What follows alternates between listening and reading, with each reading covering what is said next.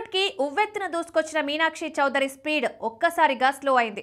Lucky Bhaskar, సంక్రాంతికి వస్తున్నాం లాంటి బ్లాక్ బస్టర్లున్న 2025లో మాత్రం ఒక్క అవకాశం కూడా అందుకోలేకపోయింది.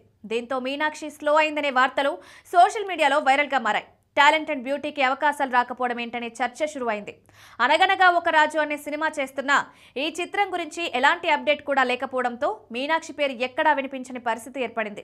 మరికొన్ని నెలలు ఇదే కొనసాగితే మీనాక్షి అవుట్డేట్ అయిపోతుందా అన్న సందేహం రాకమానదు.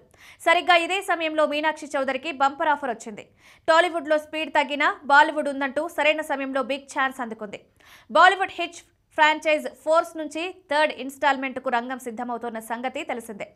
జాన్ అబ్రహం హీరోగా ఈ సినిమా పనులు ముమ్మరంగా సాగుతున్నాయి. ఇందులో హీరోయిన్గా మీనాక్షి చౌదరిని ఎంపిక చేశారు.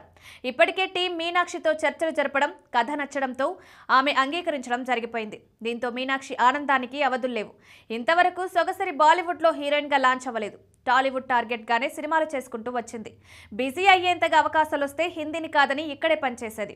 కానీ ఛాన్సులు రాకపోవడం మీనాక్షి కొత్త ప్రయత్నాలు చేసి బాలీవుడ్పై దృష్టి పెట్టినట్లు తాజా కమిట్మెంట్ని బట్టి తెలుస్తోంది. అయితే హిందీ పరిశ్రమకు ఆమెకు కొత్తేం కాదు. కెరీర్ ఆరంభంలో అప్స్టేర్స్ అనే చిత్రంలో అన్క్రెడిట్ రోల్ చేసింది. ఆ సినిమా గురించి పెద్దగా ఎవరికీ తెలియదు. అందులో మీనాక్షి వీరూస్ గర్ల్ ఫ్రెండ్ పాత్ర పోషించింది. కానీ ఆ తర్వాత హిందీ పరిశ్రమను అంత సీరియస్గా తీసుకుని అవకాశాల కోసం ప్రయత్నించలేదు. అనంతరం 2 ఏళ్ల పాటు ఖాళీగానే ఉంది. అటుపై సుశాంత్ హీరోగా నటించిన ఇచట వాహనంలో నిలపరాదు చిత్రంతో అవకాశం అందుకుంది. ఆ సినిమా విజయంతో మీనాక్షికి మంచి పేరొచ్చింది. సినిమా రిలీజ్కు ముందు త్రివిక్రమ్ ఆమె ప్రతిభను గుర్తించి మంచి నటిగా ఎదుగుతుందని ప్రోత్సహించిన సంగతి తెలిసిందే.